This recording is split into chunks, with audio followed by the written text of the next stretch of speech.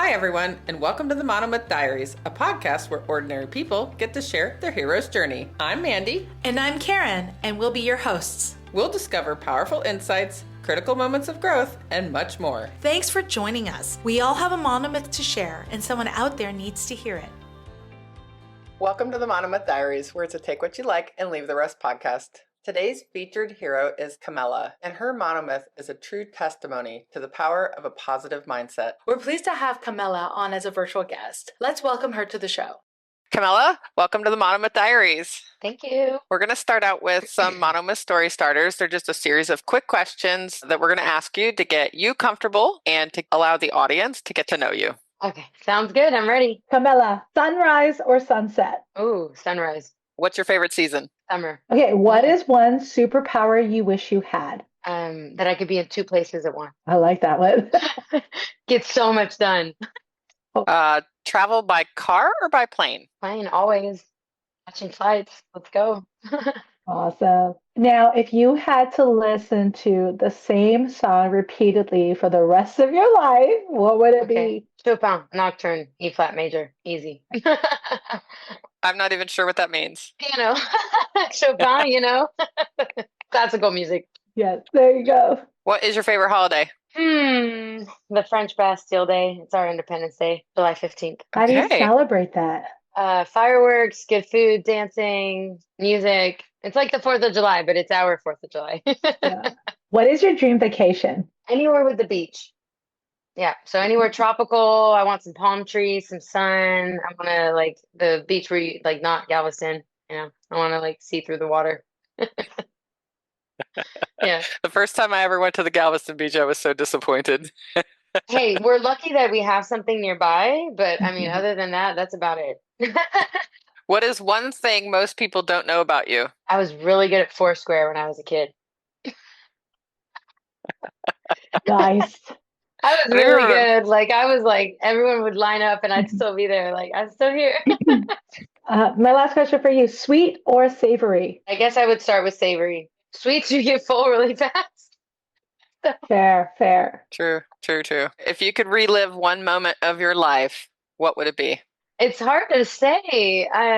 There's so many good moments. I would say a really good moment was the first time I rode my motorcycle and past 65 miles an hour, and I was like, I can do this. And it was up by the lake, and I could see the lake at the end of the road, and it was gorgeous. And that was the first time I had experienced that exhilaration of speed. And because up until then, I had only been going 60, 65. So when I finally got faster, I was like, wow, the wind actually hurts your arms, but it's great. And I think that was exhilarating. I would relive that. I never thought that I would ever be riding a motorcycle. And then when I got my motorcycle license, and I really enjoyed it to go ride in the forest. And then we did some cool trips, like the Twisted Sisters in Austin was amazing. And then one thing that I can really pat myself on the back is I did Tail of the Dragon in Tennessee. So that's up a mountain.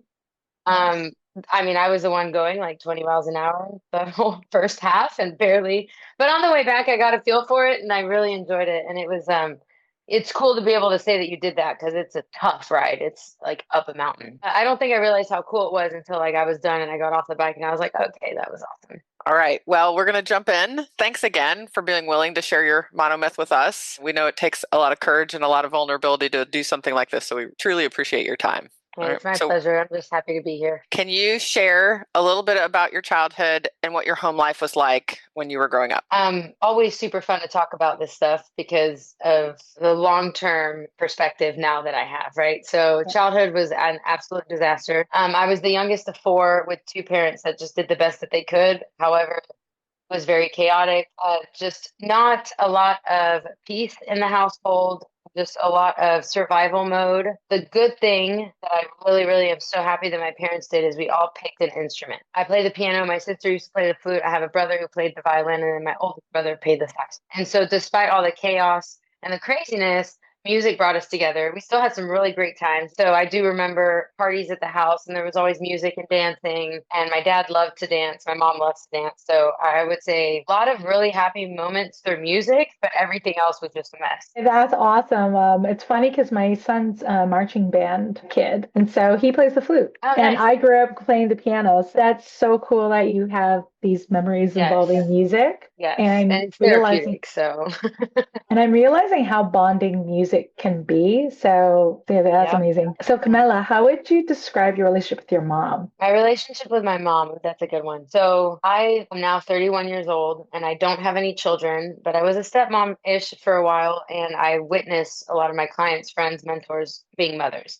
And I think that as a mom, goal number one is to protect your children. And so when I look at my mom, in her own way, in her mind, she was protecting her children. So I think that my relationship with her has been built around this belief that I just want to see the best in people. And I do think that my relationship today is phenomenal. Growing up, I think that there was a lot of, how can I put this nicely? Relying on your children for things that you didn't receive when you were growing up creates a lot of weird relationships. And so I think that I was always in my mind as a kid trying to encourage, support, and just be the light in this crazy household. So my relationship with my mom, since I was the youngest, I got to cook with her. So I spent a lot of fun times in the kitchen with her.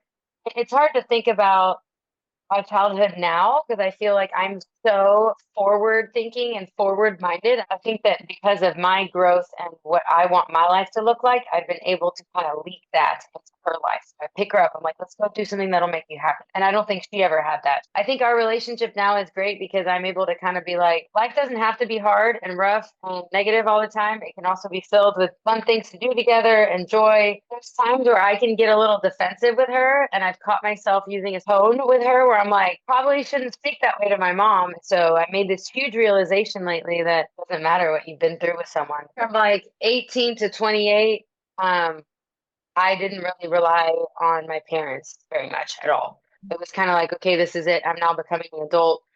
And then up until then, I think that I was kind of like her rock. And so it felt very much one-sided. Now, was it? I don't know, right? But it just felt that way. And I think that when she was going through everything she was going through, I took on this role of confidant, therapist, listener. And so it was just a lot to put on a teenager's shoulders. It's amazing that I've done the growth and I've done the forgiveness work and I've done like all the resentment of letting go work. But as an adult, I see more gratitude that she's still in my life. Ultimately, when you don't look at all the negative stuff, she's awesome. One follow-up question. So your mom kind of relied on you. You played therapist, you played listener, like Yeah. confidant. Do you mind me asking how old were you when that started to happen? Like that your relationship started to turn like that? I think that was mainly high school. We were going through some really tough times. My brother was starting to develop some mental illnesses, and he would kind of travel, disappear for a while, and then show up again. And it was like really bad. At one point, we didn't get any news. And of course, my parents' relationship was extremely tumultuous and probably not the healthiest. And so I think that she didn't have very many friends because all she was doing was working. At that point, who do you rely on? Well, I was there. My sister had already moved out. So I would say from ages 15 to 18, those were probably some of the toughest years of my life. And it was really hard to keep up with everything. And how about your relationship with your dad? Where to begin? I guess my relationship with my dad, it took me probably about 18 years to stand up to him. He was not the best dad, not a great husband either. And I think that same thing, like I'm in this place where, there's a lot of forgiveness there that's happened because I'm like, I kind of accepted that that's who he is. He's a great human. Right? Like he's living his best life now. And it's like life is too short for me to just hang on to that. So I would say my relationship with my dad today is like we check in with each other. Good, he's alive, he's living his best life. Cool. I see him maybe once every 2, 3 years. We have the same interests, music, art. So it's easy to go have fun, hang out, go to an art show. So that makes it simple. And then growing up, I was just scared of him. I grew up in a lot of fear and I didn't have a lot of safety. So I think that it's hard to even describe the type of relationship you have with your dad because what do? You're born, you love your parents. They made you, they created you, they take care of you. And when you realize like, oh, it's so different in other households, that's when you're like, wait a second. So now it's more about touching base, making sure he's still doing okay, his health is all right, and that's the kind of relationship we have now. So you mentioned you had siblings. You were the youngest of four. Can Yep, you share about your relationship with them and how many absolutely. year difference Yeah. between you and them? So I'm the baby. My sister's 3 years older than me. My brother and her were very close in age. He would have been 4 years older than me. He's no longer living, which is sad. And then my oldest brother is 12 years older than me. So the thing is, when you have kind of a messy model, parenting model, your siblings, we became this like solid clan. And we just had each other's backs and we took care of one another. My sister basically raised me. You know, she took care of me. She made sure I was eating, made sure I was doing my homework. She would help me pick out my outfits, even though she was only 3 years older than me. Oh my gosh, like she took care of me. It was so cute. I have a really good memory actually that just popped up. When we lived in France, we would go to get candy from the tobacco store, and you can like pick the different kinds, and they're so good. And we would go walk in town, and she would always like take two out and give me one and get her one. So it's like I didn't ever have to like pick my own candy. She would always just like, you know, dispense it. My other brother, the one with the mental problems, he was more of like a loner. I think he, you know, her and him were very, very close. And then my oldest brother, sometimes he wasn't living with us because of the age difference. So he wasn't so much in the nuclear family when we were growing up, I would say. But I will say what I loved so much about Haney, my oldest brother, is that since he was so much older, he listened to like really good music. And we were raised in a vegetarian household, and he loves to cook, so he ate meat. So sometimes when my parents would go, he would come and babysit me, and we'd listen to like Eminem and like all this like good rap. And I always loved his cooking because it was just stuff we weren't used to eating. So I looked up to him a lot.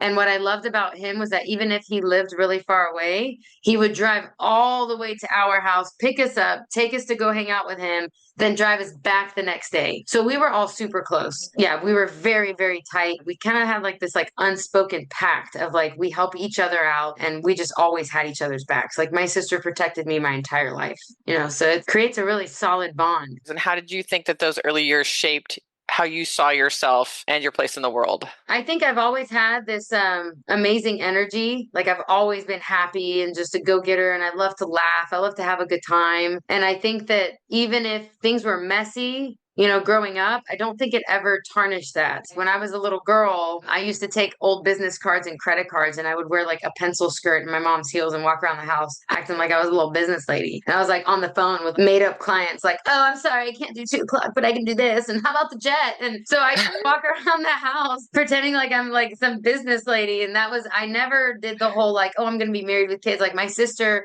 she always played with dolls and like took care of her. She was always a doctor, right? Her kids were always sick. And I was always like, I don't know about that life. I'm a single lady, like with my businesses. Yeah, I think that I knew I wanted to move to the States. So as soon as I graduated high school, my mom and I actually came here together, and things were so rocky between us. We did not stay together for very long. I think it was about 3 months, and then I got out, and then I lived with a so-called friend. I thought she was a friend. And then y'all know how messy that can get, moving in with someone else's family when you're 18. And so that kind of got messy. But then it just led me to, okay, an hourly job will not pay me anything. What will? My friend was like, you know, I make your paycheck in like a night at Papados, right? So that was my first like making money job when I was 18. And so then that got me into waiting tables, which led me to what I do now. But I waited tables for a long time, and it was amazing because it offered flexibility. I made a lot of money, paid for college, and then I was able to get a car within a year of moving here. And then it was nothing but uphill since then, I would say, on the, you know, figuring it out in a new country situation. Do you mind me asking where in France did you grow up? It was always kind of in the Parisian area. So the suburbs of Paris. Yeah. There was a place called Ozoir, and there was a place, you know, called Roissy. It's not like these names will ring a bell. I did middle school and high school in a town called Fontainebleau, which is really nice because it was very Anglophone, so very international. I went to an international high school, which was amazing. I did have an amazing, amazing high school experience, even though my personal life was an absolute mess. In those early years, you know, obviously before you moved from Fontainebleau to, I guess, the Houston area, am I right? Right. That's where you guys landed. What kind of self-talk were you dealing with in those years? Oh, it was really bad. So I think that when you are told like horrible insults or horrible things about your body, about your character, and just a little example, like, I wish you were never alive, I wish you had never been born, you start to believe that, you know, subconsciously. And so I would always like cuss at myself, like, oh, you dumb like, you know, like, excuse me, I would never say that now. You know, my self-talk was very much like when something bad would happen, I was like, well, duh, you deserve that. Like, of course this would happen to you. This is who you are. This is how your life is. And so it's really even hard to think about more examples because I'm so far from that now. I think that from 18 to the early 20s, I was horrible to myself, and I didn't eat. I tried to be as skinny as possible. And then it was always about what I looked like, how much money was in my bank account, and all these things that really, truly don't matter. That's what mattered to me. So I did not even know what self-love was. It was tough. It's like hard to think about it now. I'm like, poor girl. I think that's one of the things that attracted me so much to you is that you're positive and you look at your experiences as opportunities to grow. So you had this, let's say, 15-year period, teenage to your mid-20s. And you had told me once too that you took a lot of the things that you learned when you were younger into relationships during those years. You want to tell us a little bit about that? Yeah, absolutely. My first relationships, I was still in survival mode. I understand now the laws of attraction and frequency and like why I ended up with these people. But the best way I can describe it was I was recreating the models that were in my household. My dad was not the most driven person. I don't think he ever truly provided for his family without it being like the hardest thing for him to do. That was seen a lot. I dated this one person right when I got here. He just lacked drive. But I don't think that relationship, there was anything wrong with that. I think the relationship where I learned the most was one where I was in it for 5 years and he had a daughter. And the thing that's amazing is I've gotten to a point where it's no one's fault. I definitely had my own role in it and he definitely had his own role. But it got to a point where it was so toxic and it was so messy. And I had that moment and I was like, oh my gosh, I'm recreating my childhood right now. I mean, I didn't even know who I was. I didn't even know that a life without fights every day was possible. And I was working 2-3 jobs, going to college, studying. I would still go to the gym. I still had a social life. I felt like I was just doing all this stuff, but why was I doing it? Because I wanted to be accepted. I wanted validation. I wanted someone to be like, I see you. And that was never met. I wouldn't say that what I got from it the most was like, oh, how abusive and toxic it was. No.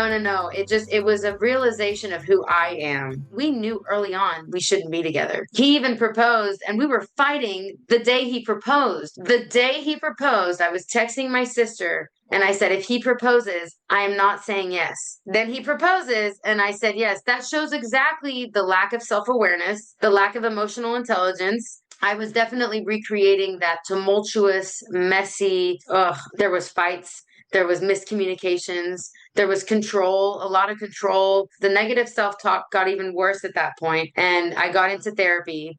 And that's when, you guys, things got a million times better. I was going to ask you, is this the nudge? Is this what changed in here? Oh, yeah. You know, like, was this the defining moment that made you go, ooh, I want something different? I want to make a change in my life. Well, that defining moment came later, but I had to put things in place to get there, if that makes sense. So I started going to therapy way before I had that defining moment. I knew in my heart I needed my instincts, like God was telling me, like, girl, you got to do something different. This is not working. So I started going to therapy actually years before my defining moment because there was so much trauma there that I needed to work through and so much healing that needed to happen. Then I realized, like, okay, this relationship is really, really not good. And then in 2021, things with my brother, he was getting more sick. And so I was kind of in between the house where I lived in that not so good relationship and my mother's house. And I was going back and forth because I still had one foot in, right? Wasn't ready yet to make that decision. And of course, it was very one-sided.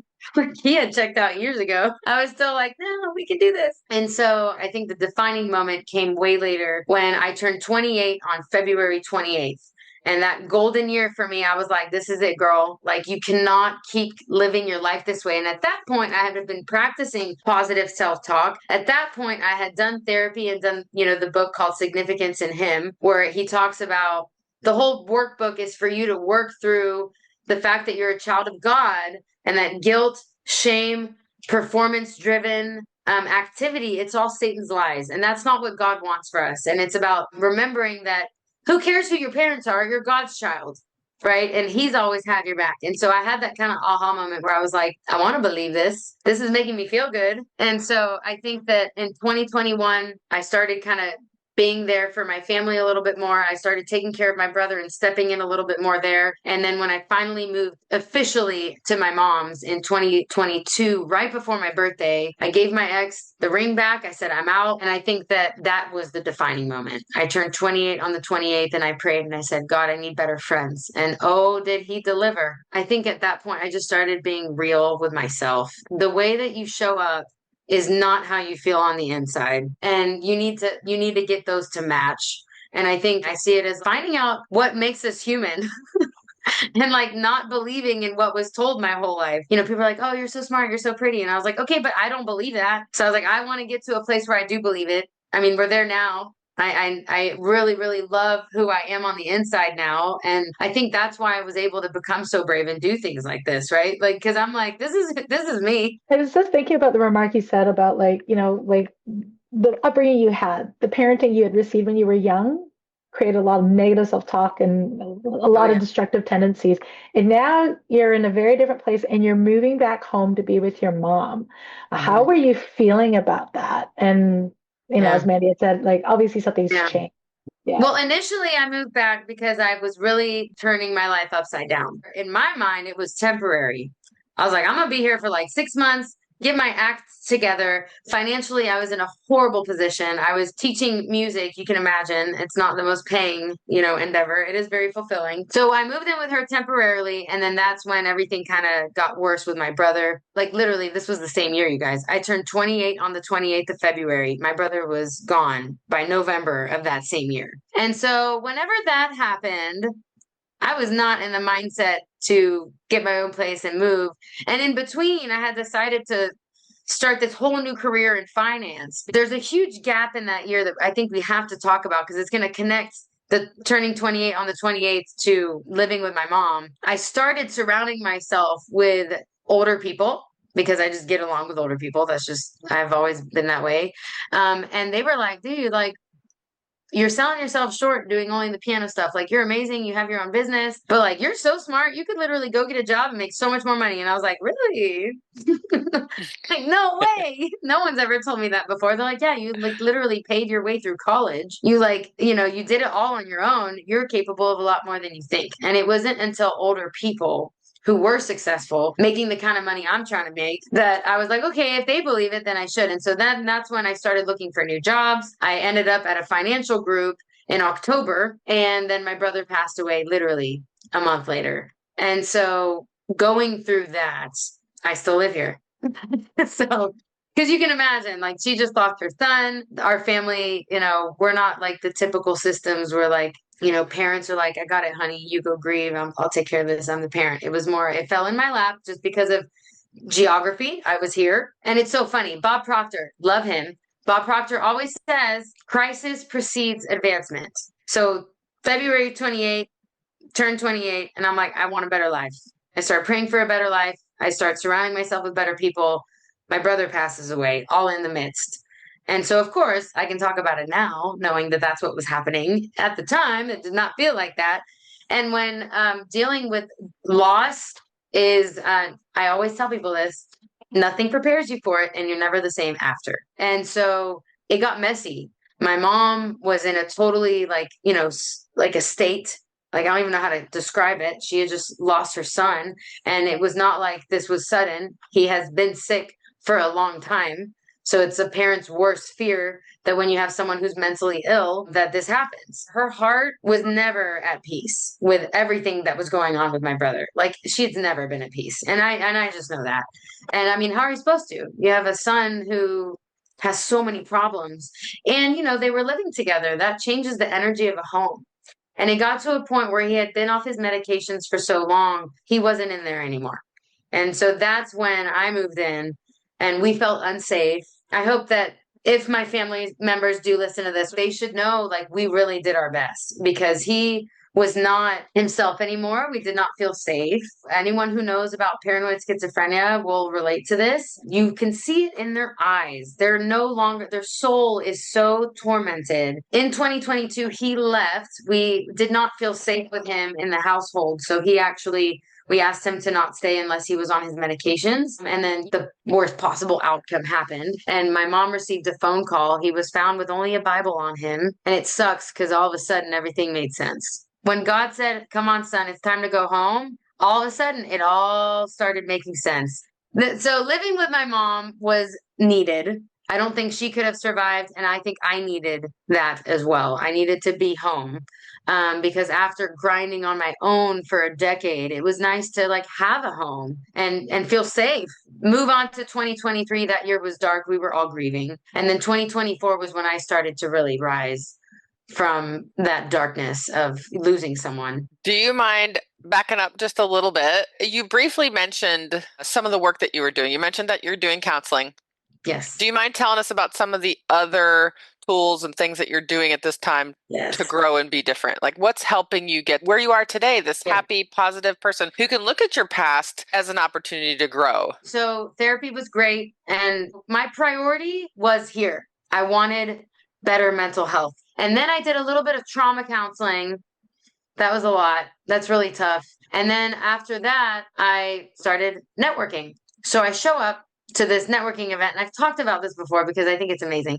It was October of 2023, and I show up in this amazing transitional coach who helps people when they're transitioning into different phases of their life. Oh, hold on, let's back up. You said you were doing counseling, but you're doing coaching also? I took a break from the counseling, and then I started networking. Focusing on the business, right? Because at this point, I hadn't really made any money all of 2023. But at the time, I just needed something to keep moving forward or give me the illusion that I was moving forward. And so October of 2023, I go to this networking event. So I'm not in counseling at this point. I'm just networking and trying to build my finance career. Like I was painted this picture of, oh, as long as you can get people to talk to you and sign up, like you'll be making 6 figures in like 3 months. And I was like, yes, let's go. And then I became salesy, product driven. I wasn't providing any value. Yeah. So Katrina, she got up there and spoke about a very traumatic experience that she went through. And she was like, but at the end of the day, everything is divinely placed in your life. And I was like, hold up. What does that mean? Like that just stuck with me. I had never heard anybody talk about God in a networking event with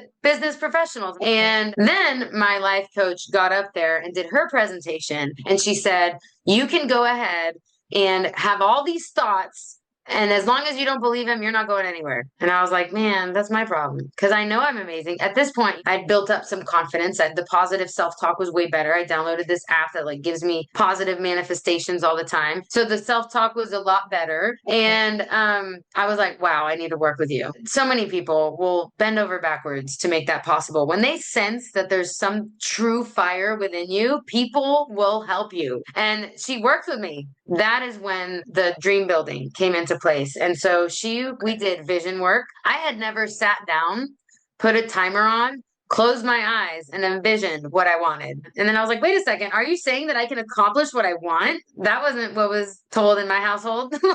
And so the vision work with that was amazing. It was like a 3 month or 4 months. We had a coaching call once every week, and it was about resentment, forgiveness. And I had never thought that the life coaching would go there. And I was like, I don't have any resentment. I don't need to forgive anybody. And it was Mary Morrissey is the person who built this whole program. She's amazing. And she has this prayer on forgiveness. And I write it down. And I'm like, okay, big whoop. And I start saying it, and I'm in the car, and it's like, I forgive you. I wish you nothing but good. I forgive me. And I read it, and oh my gosh, I was on my way somewhere, and I cried for 45 minutes. And I was like, I didn't even know that all that was in there. And all these people that I didn't even think about for months and years started popping up. And I was like, oh my gosh, this is like the weird boo-boo stuff that everybody's talking about. It's happening to me.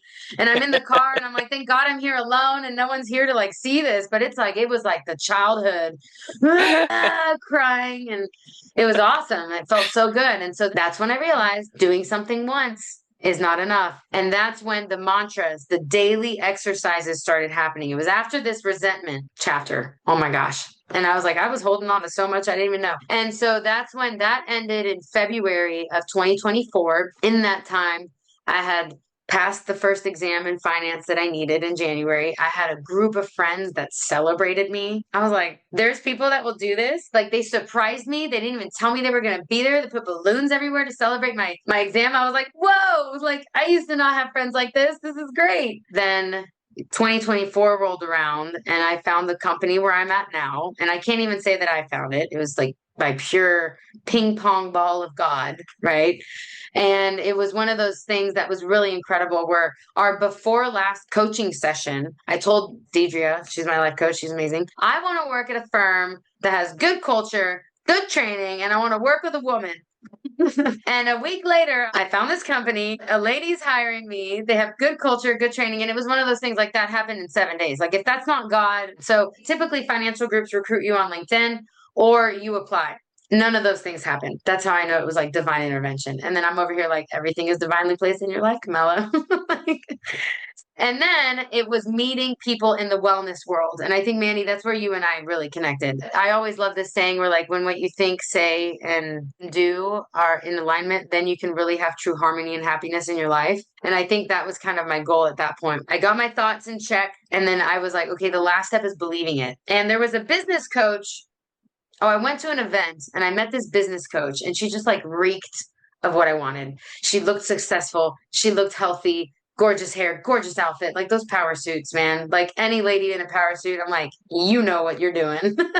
I go up to her and we have a coffee or something. And I was like, I still have, like, I told her, I was like, I've worked on this. I was like, I still suffer from scarcity mindset. I still am like, what? Me make money? No way. Right. And I was like, why do I have this scarcity mindset? And she was like, you need to listen to The Ultimate Library of Bob Proctor. So I didn't listen to it once.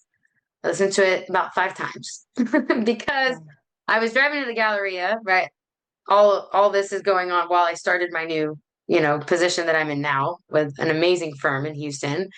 And I'm like waking up early, working out, doing my little mindset stuff, my mindset meditations, and I'm still not making money. Like I'm still blocking myself. And until you realize that you're the culprit, it's you, then nothing ever changes. And so Bob Proctor, that was a huge tool. And then I'll just mention one last one. Actually, Mikey is the one who told me about Gabby Bernstein's book called The Universe Has Your Back. And so after listening to Bob Proctor for like 6 months straight without any interruptions, he talks about the fact that we have spiritual DNA and that our spiritual DNA is perfect. And everything that ruins our perfectness is of this world. And sometimes it's generational. So we are not even aware that it's within us. And so he talks about how schools are actually messing up kids' brains, which I really agree with that. And how we have all these beliefs of scarcity. And so he talks about making money, but doing it the right way. So anytime I receive anything, I'm given. Right? Anytime like working on generosity, and when you've been struggling with scarcity mindset, you're like, what do you mean generosity? I don't have anything. And then that's when you're like, wait a second, I have plenty. And so I started becoming a lot more generous. Not that I wasn't before, but it became a point now of like, just give more, whether it's time, it doesn't have to be money. So The Universe Has Your Back. That was the last one. And I actually created my own morning meditation, morning mantra, morning prayer from all of the tips that she has and what resonated with me. So now every single morning when I walk my dog, I go through it. And even on the days where I'm like, I don't want to do it, I still do it. And then I feel better. So everybody that like lives in my neighborhood, they see me with my dog and I got my phone. And I actually realized this week, I know most of it by heart by now. So it's pretty good. It's long. It's good though. Yeah. I love it. Actually, my question was about like asking how you were integrating your new tools in your life, and you just answered that. Can you name some of these tools? I know you named a couple of books, but you're talking about this app. What app is that? So there's a few. So the first one, it's called I Am. It's a $20 a year manifestation app, and you can pick what things you're struggling with. And I wear my watch and it just pops up. So for example, I just had one pop up and it was like, I'm open to receiving. For a while, I was on a weight loss journey. So some of them were like, I love my body even now. And so I was telling Mandy this. I used to put calendar pop-ups on my phone before I got this app that said like, you're doing great, beautiful. You're gorgeous inside and out. And I know that sounds so silly, but like reading that, I was like, okay. Whereas before it was like, shut up, dumb. Like that's how I used to talk to myself. And so it was bad. Like it's horrible just even saying that out loud. I'm like, oh, that hurts so bad. So the next thing is Gabby Bernstein actually has a meditation app. So I just joined Lifetime and I'm now that person in the sauna that's meditating. So yeah, I mean, I love it. I do 8-9 minutes and she has some things for acceptance, for manifesting, for forgiveness. Those have been great tools because I still need to be guided in my meditations or else I don't do them alone yet. But I will say those are the tools. And then taking time for yourself. I take the time for myself, whereas before I thought that was the worst thing I could do. Like I was so guilty when I took a day off, or now I'm like, I don't get into the office until 9 or 10. So be it. That means I needed to work out. I needed to stay in the sauna for an extra 5 minutes and it's all going to be okay. That's something I learned working with Deidre. Everything is always working out for me. And I say that every day. And when I'm failing or I get no's or I get rejections or I get clients that ghost me at the last second, I'm like, everything is always working out for me. And I'm like, they just weren't meant to be now. And then guess what happens? 6 months later, I get a call back and we're back on. So it's just like letting go of the things that you don't have control over. But I mean, don't get me wrong, you guys, like I still miss my brother every day. I still am heartbroken at how horrible my childhood was. But at the end of the day, that just means I have more love to give. And people need love, especially in this world full of crappy social media and fake expectations. Everybody's so hard on themselves. I was studying for an exam. I was 3 questions away from passing. And of course I was distraught, right? It was so close. But like the positive thing that came from it is like, I'm so close. That means I'll get it next time. But I had written these, today I show up for myself. I have chosen this path with purpose. Like I speak to myself that way. I release the fear of perfection. I embrace the power of progress. I will breathe through doubt. I will push through uncertainty. I will remember I've done harder things before. There are tools, and it might feel silly, but our egos get in the place of our growth.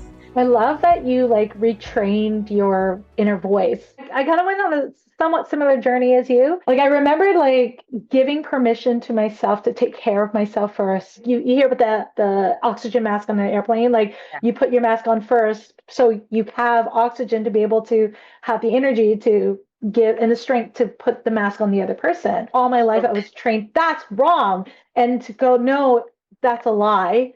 It's wrong because if I give everything to someone first, there's nothing left for me. And it's not about being selfish. It was about like, I can't give what I don't have. And I had to learn that lesson so I could be the parent I am today, that if I want to give to my family, to my son, to everyone around me, I have to fill up. It was actually very traumatic for me to accept that truth. And then I'm listening to your story and your monomyth and how you had to overcome this and to have this new inner voice to fuel you. That inner voice was always there. We just weren't feeding it.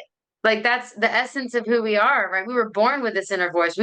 As soon as we were forming in our mother's wombs, that inner voice was there. I think one of the first people, like mentors that I listened to, he was like, your situation is not special. You are not unique in what you're going through. And I was like, excuse me. No one's been through this pain. And then I like meet other people and I'm like, oh, snap. Like you went through even more than I did. And so, and it's like, it's true. Our pain is not special. That is what makes us grow as humans. Like that is how we're meant to evolve. And so once you kind of understand that, like, pick your hard, right? Just pick it because everything's hard. We become better. And it's just like still to this day, I still have moments where I'm really down and upset and I'm like having a hard time finding the gratitude. But then what do? I pull my phone out and I look at the notepad and I'm like, force yourself to read this right now. And then boom. And then I listen to a meditation on when I failed that exam. I did an acceptance meditation. I was so annoyed. But then I felt much better right after. Like, I don't know. I think you have to go looking for the tools initially, and then it becomes more of a habit. I always think of it like, I always say to Mandy, it's like surrender or acceptance, however you want to name it, is as a muscle that's really hard to work out. But the more you work it, the stronger it gets. Well, we'll wrap up with your first episode there, talking about your tools. In the next episode, we're going to get to carry on with talking about all of the boons that you're getting. Sounds good. Kamela, thank you so much for sharing about the inner turmoil you faced in your early years. It's clear that your journey is a testament to the power of self-awareness and a desire to create a better life. We're excited to continue exploring your personal growth in the next episode. Thank you for joining us on the Monomyth Diaries. If this episode resonates with you or someone you know, we'd love for you to share it and spread the inspiration. Don't forget to follow us wherever you get your podcasts or on YouTube to stay connected. We'd appreciate if you could take a moment and rate and review the podcast. It helps us reach more people with stories of transformation and growth. You can visit us at monomythdiaries.com or text us directly from the show notes to reach out and keep the conversations going. Until next time, heroes, let's journey together through our monomyths.